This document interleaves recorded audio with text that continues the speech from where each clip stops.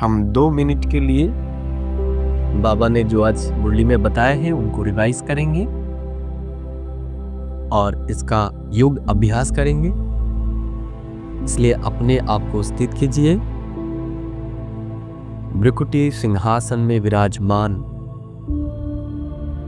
मैं स्वराज अधिकारी आत्मा।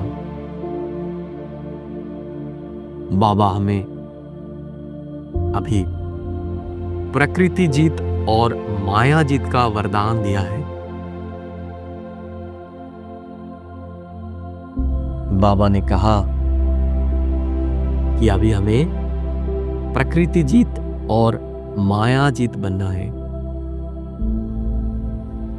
बाबा हमें 1 सेकेंड में बिंदु लगाने की या फिर अपने बुद्धि को स्थिर करने के लिए कह रहा है। अभी हमें प्रैक्टिस करना है। हम जितना भी कार्य में व्यस्त हो, लेकिन उस कार्य में 1 सेकेंड में हमें उस कार्य से भी बुद्धि को निकलकर हमें एकाग्र करना है। बाबा ने बताया अभी हमें अलबेलापन से बचने के लिए एक शब्द को याद करना है, वो है कारण। हमें अभी कारण शब्द को बदलना है, क्योंकि कारण शब्द ही हमारे तीव्र गति में बाधाएं डाल रहा है। कारण शब्द को बदलकर अभी हमें निवारण शब्द को याद करना है। बाबा ने कहा करेंगे, देखेंगे, ये गे करने से हमारी गति कम हो जाती है। और बाबा कहा कि तो शब्द भी हमें यूज नहीं करना है। हम करेंगे तो, देखेंगे तो बाबा कहता है कि इससे हम तोता जैसा बन जाएंगे। हमें अभी निवारक बनना है। बाबा कह रहा है कि भक्त लोग हमें पुकार रहा है, उनको उद्धार करने के लिए, उनको दुख से निकालने के लिए।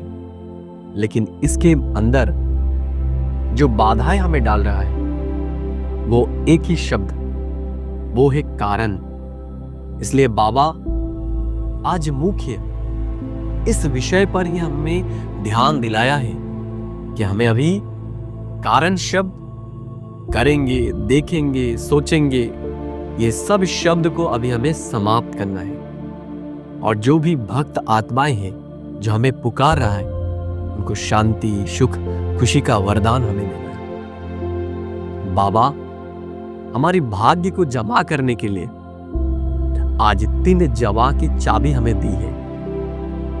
बाबा हमें आज बताया वो चाबी है, पहले 100 पुरुषार्थ, दूसरा बाबा बताया आशीर्वाद, और तीसरा बताया पुण्य कर्मों से जमा। बाबा 100 पुरुषार्थ के बारे में कहा कि अभी हमें निमित्त और निर्माण बनना है। निमित्त और निर्माण बनने से ही हमारा जमा का खाता भरपूर होगा। और इसके लिए हमें चेक भी करना है कि हमारा जमा का खाता कितना जमा हो। दूसरी बात बाबा बताया कि हमारे संबंध संपर्क में जो भी आते हैं उनको संतुष्ट करना है।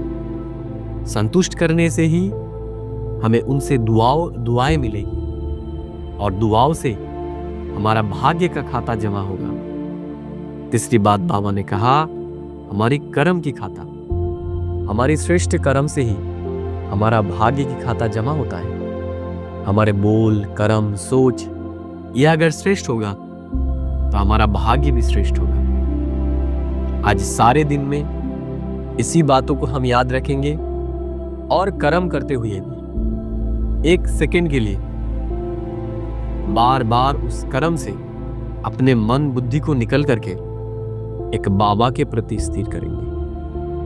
ओम शांति, ओम शांति, ओम शांति।